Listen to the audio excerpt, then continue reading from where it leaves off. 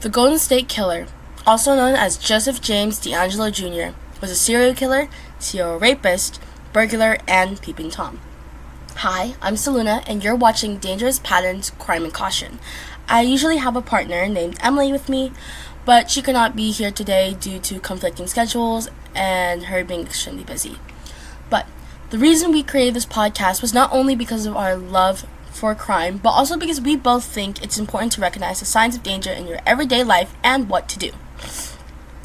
Joseph was born on November 8th, 1945 in Bath, New York. He is the son of Kathleen Louise DeGroat and Joseph James DeAngelo Sir, who was also a sergeant. Joseph has two older sisters named Connie and Rebecca and a younger brother named John. It was said that when he was young, he was abused by his father and witnessed his sisters, Connie, being raped by two airmen in the warehouse. Now, a lot of the times with these serial killers, these criminals, it usually goes back to their childhood. What environment were they raised in? How did they act? Sometimes, but sometimes you can't really know that you're raising a serial killer until it gets revealed that they are. There I think are plenty of cases where there are these children who grow up in completely normal childhoods and surroundings and were completely normal but grew up to be horrible people. That being said, I don't think that is the case for Joseph DeAngelo, as seeing he was abused and he witnessed a rape, especially of his sister. I'm not sure how old he was in this when he witnessed it, but this is probably what led him to being really sick, especially in his later crimes. So besides that, he attended Folsom High School and played on their junior varsity baseball team.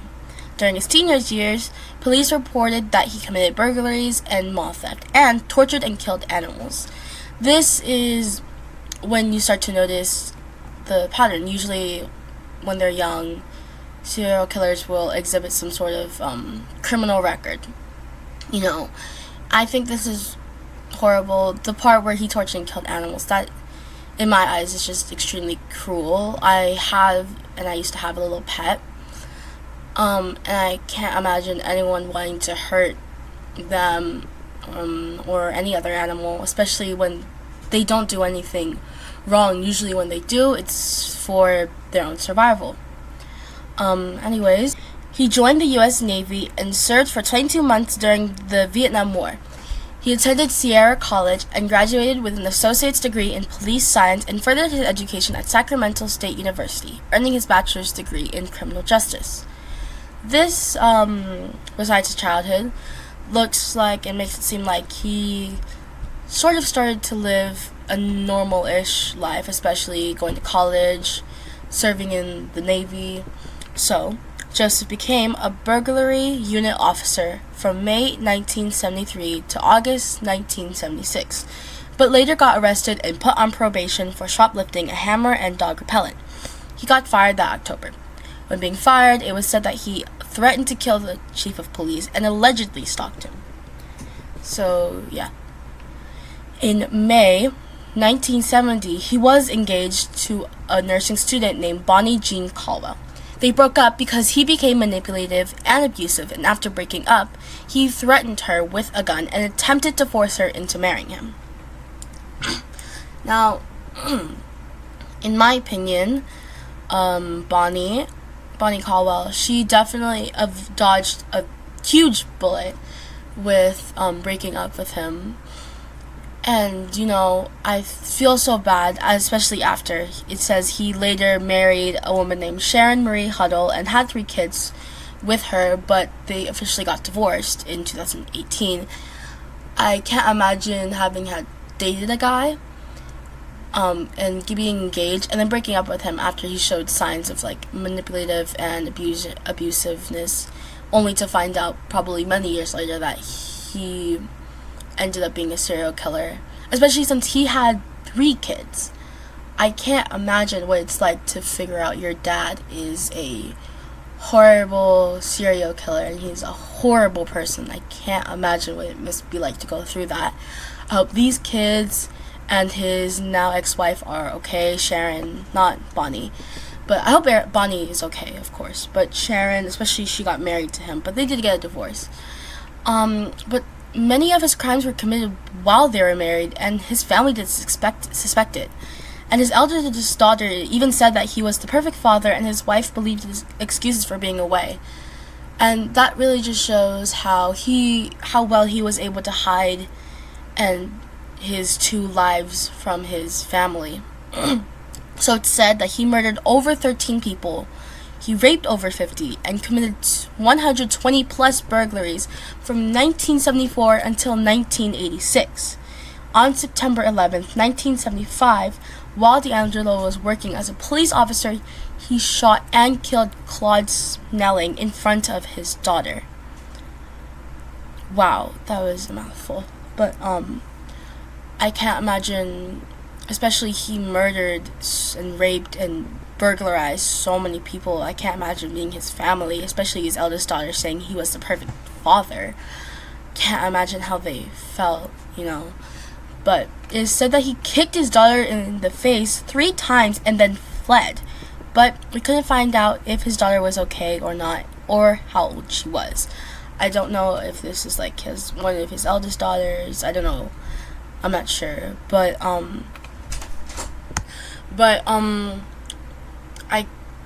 couldn't find out how she was. I trying to word it, but I don't know if the rest of his family figured out, or if this was in private or something. I'm not sure. But I really hope his family is okay, especially since they're all innocent in all of this. So, it is said that the Golden State Killer's tactics in the killings were that he would climb into people's houses by breaking the windows, and then he would take cash or jewelry. Now, me and Emily decided that a best way to prevent this is to be more alert, even in your house, and maybe try to get better windows. And how can you prevent this? Well, maybe if you don't want jewelry or cash, you should hide it somewhere. We're very secretive, maybe just so you know. But in my eyes, I think it's kind of sad how we're telling you to be safe in your own home, especially this is really sad how you have to learn how crime has gotten so bad to the point you have to know how to be safe, even in your own home where you should be safe. I get it if you're outside, you might not be always the safest, but the fact that you're not even safe in your own house is tragic. So it is said that the Golden State Killer would often attack couples. It's said that he would tie both up, rape the woman, and murder both after. So, sorry, I'm trying to word my opinions, but you should probably go into big groups. If you're in the situation, of course, stay calm and maybe try to run away, but I don't know how easy that would be. I've never been in a situation like this. I hope I will never be in a situation like this. But for now, all I can say is just try and stay calm and run away, because I feel like if you're not calm and you're not collected, it's going to aggravate this burglar, this killer, into harming you and your partner more. Especially, these are couples, there's 2 of you, and you're both tied up, so you just have to pray and hope that maybe he'll show you mercy when he probably won't. So, in March 1980, Lyman and Charlene Smith, I'm so sorry if I said both of their names wrong, were murdered in their own home. It said that Charlene Smith was murdered and raped. Later, the couple was found dead by their 12-year-old son. Wow. I can't believe. I feel especially bad for their son having to wake up in morning looking for your parents and just discover that they're both dead. And this child is 12. I can't imagine having to be that young and having to witness the aftermath. of your parents being murdered all because this guy is crazy. And this guy, didn't have a good childhood and isn't a good person, and because of that, you have to suffer.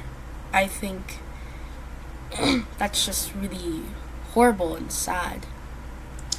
So yeah, it's especially sad that we have to explain how to stay safe in your own home. So one of the sadder cases that we researched was that in 1981, 28-year-old Manuela Withen, I probably said her name wrong too. I'm probably going to butcher a lot of names. I'm really sorry for that. She was raped and bludgeoned to death when she was home alone and was found by her mother dead.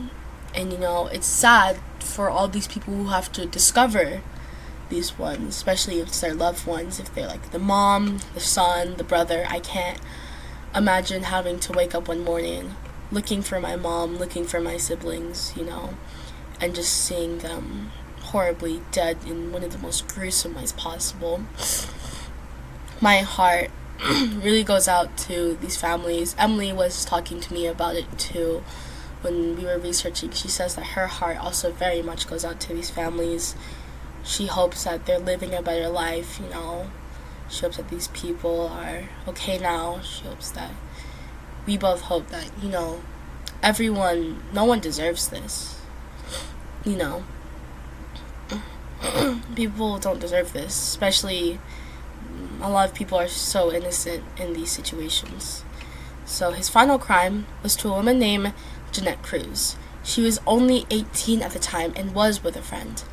There was a noise that caused them to check it out, but they found nothing. This is probably around the time when the Golden State Killer, Joseph D'Angelo, when he came in and probably tried to break in. So her friend left at 10:45 p.m. Most of her family was on vacation, but she stayed behind because she had a new job and wanted to get more hours. Little did she know, she was not alone. Around 5 p.m. the next day, a real estate agent who had planned to show the house to potential buyers instead found the 18-year-old dead and raped. She was also bludgeoned to death. And it's sad because she's so young. This is final crime. And she's only 18, she's just turned into she's freshly, probably, I think, an adult in the U.S., yeah. The fact that she's not even, she's still a teenager, technically, yeah, she's still a teenager, and she was just, horribly killed. It's so bad.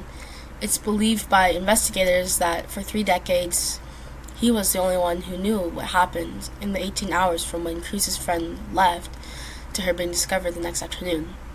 The police found blood on the kitchen floor, the cabinets, the floor by the front door, the wood shutters, and at the head of the victim's bed. There are pieces of blue lint on and around Cruz's bed. It's determined to be pieces of ripped fabric, and in previous attacks, the Golden State Killer had ripped towels and used them as gags, restraints, and blindfolds. The victim had been struck in the back of the head. It's possible that it was from a pipe wrench, as one had gone missing from the victim's backyard. Her face had been battered, along with a serious blow to the forehead. I can't imagine being someone who has to discover this, or being someone who has to investigate this. That's probably one of the reasons why I wouldn't survive as a cop. That's why I'm very grateful for all these people who have to see this and just be normal about it. It's awful, especially since she was so young. And also, I can't believe that his name is the Golden State Killer. That's kind of a cool name, I don't think he deserves that kind of name, I don't even think he deserves anything. He should just be known as a killer, but even that's such a high praise, It's not known why he stopped killing after this. His last victim seemed to be escaping her troubles from her teen years. She'd been admitted to a psych ward twice and would self-harm. She got a part-time job at Bullwinkle's Pizza, where she met the friend who was with her the night she was alive. It is unknown how much information that the killer knew. That is horrible. She's only 18 and she's been through so much just to get horribly killed and raped. So this became a cold case for 3 decades. For 3 decades. Until 2001, when investigators used DNA, collected, and figured out that her killer was connected to all the other murders that were victims of the Golden State Killer. He was charged with 8 accounts of first-degree murder on April 24, 2018. He got 13 life sentences without the possibility of parole, plus 8 years.